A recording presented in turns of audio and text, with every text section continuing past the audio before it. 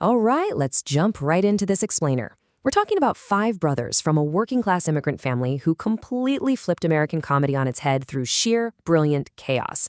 If you've ever watched a comedy that just throws logic out the window or features characters who delightfully, completely dismantle authority figures, well, you're looking at the direct descendants of the Marx Brothers. Today, we're going to break down exactly how they turned rebellion into an absolute art form. Think about this line. I refuse to join any club that would have me as a member. That iconic quote right there is the perfect distillation of Groucho Marx's razor-sharp, rebellious wit. And it serves as a great entry point into the legendary minds of the Marx Brothers. But you know, this incredibly sophisticated humor didn't exactly start in high society. The brothers, Chico, Harpo, Groucho, Gummo, and Zeppo, were actually born into a Jewish-American family in Manhattan's super-crowded Yorkville neighborhood. Their father, who went by Frenchie, was a tailor from France, and their mother, Minnie, was born to German Jewish immigrants. Money was incredibly tight in that packed home, but that vibrant, culturally diverse street education, that would soon fuel an entertainment empire. From Yorkville to vaudeville, early beginnings. So the brothers didn't follow a conventional path. Actually, scratch that. They completely bypassed traditional classrooms. Instead, guided by their mother, Minnie, who was this fierce, relentless champion of their potential, they got a highly practical education right on the gritty vaudeville circuit, which was the main entertainment industry back then. They learned by observing live audiences, improvising on the fly, and soaking up all the colliding cultures and accents around them in New York. Chico honed his piano skills, Harpo mastered physical mimicry, and Groucho developed that unbelievable rapid-fire verbal agility. But here is the million-dollar question. How do five brothers actually stand out in a brutally crowded vaudeville circuit? Vaudeville was cutthroat. You had to entertain impatient audiences incredibly fast. So they just relentlessly experimented. They threw everything at the wall. Musical comedy, dialect humor, physical gags. Those early performances weren't the polished Marx Brothers we know today. They were a messy, necessary testing ground. Forging the comic personas. Distinct identities. The crucial turning point really came when they stopped just performing standard vaudeville acts and finally let their wildly exaggerated personalities actually collide on stage. They weren't just five versions of the same joke. Every single brother developed a completely unique comic identity that perfectly balanced the others. Groucho was the confident, highly verbal, sarcastic one. Chico brought sociability, trickery, and music. Harpo was gentle, totally physically expressive, and completely silent. Zeppo played it straight, and Gummo, who was part of the early ensemble, eventually bowed out of show business. Together, they created this flawless, dynamic ecosystem of comedy. Their whole act was built on this brilliant rule of contrast. Take Groucho's weaponized language versus Harpo's expressive silence.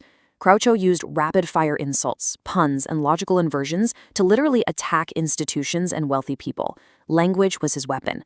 Harpo, on the flip side, communicated massive amounts of physical comedy and pure surrealism without uttering a single syllable. His silence created a fascinating, completely necessary counterbalance to Groucho's constant talking. And anchoring all this absolute insanity was the youngest brother, Zeppo. He functioned as the straight man. Think about it. If everyone in the room is crazy, the crazy just becomes normal. But Zeppo provided a totally normal, restrained reaction to the madness around him, which actually made the chaos generated by his brothers feel even more hilarious and completely unhinged. Broadway and early Hollywood, the big transition. So after a dispute with a major circuit manager forced them out of vaudeville, they didn't just quit. They pivoted straight to Broadway, proving their anarchic style could easily fill up massive theaters. And their incredible dominance took them from stage successes like the Coconuts and Animal Crackers right into Hollywood film with Paramount Pictures. Later on, Groucho would even conquer radio and television. They basically successfully adapted their chaotic energy to almost every major entertainment medium of the 20th century. And the timing of their move to Hollywood? Absolutely perfect. With the rise of synchronized sound cinema, audiences could finally actually hear Groucho's brilliant logical paradoxes and that rapid-fire wordplay. Take this famous line, "Time flies like an arrow, fruit flies like a banana." During their early run of Paramount masterpieces, they produced these purely anarchic, wildly anti-authoritarian films. The Coconuts transferred their stage energy to the screen, while Monkey Business just completely destroyed social hierarchies.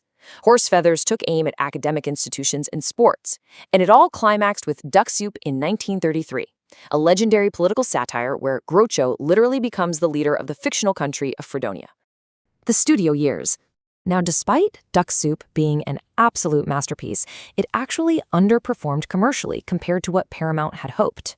After that, Zeppo left acting to pursue business and mechanical inventions, leaving the core trio to transition to a new studio, Metro-Goldwyn-Mayer. And this era marked a really stark contrast. While Paramount allowed unfiltered anti-authority chaos, where their characters could just enter a scene, destroy its social rules, and leave without resolving anything, studios at MGM wanted conventional stories. So suddenly, their comedy was woven right into polished, structured Hollywood romantic and musical plots. And you know what? That structural shift proved commercially brilliant. Their first MGM film, A Night at the Opera in 1935, became a massive, massive hit. By carefully integrating their trademark absurdity into a story that was just a bit more digestible, rather than completely destroying the narrative, they found a formula that really resonated with a huge mainstream audience. A legacy of chaos, enduring influence. We really have to view their success through the lens of history. They navigated the immense social upheaval of the Jazz Age, which challenged traditional authority, right into the deep economic crisis of the Great Depression.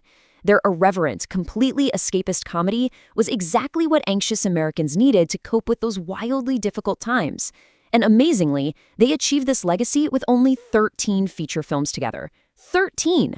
A surprisingly small number that permanently transformed the landscape of American screen comedy forever. Their work didn't just survive, it became celebrated cultural history. At the absolute peak of their Hollywood run in 1933, they left their handprints at Grauman's Chinese Theater. Decades later, in 1973, Groucho accepted an honorary Academy Award recognizing their unequaled achievements. And in 1990, Duck Soup was officially added to the National Film Registry by the Library of Congress. They didn't just make people laugh. They demonstrated that comedy could be built on incredibly complex language, stark character contrasts, and pure intellectual absurdity, rather than just relying on physical gags and slapstick.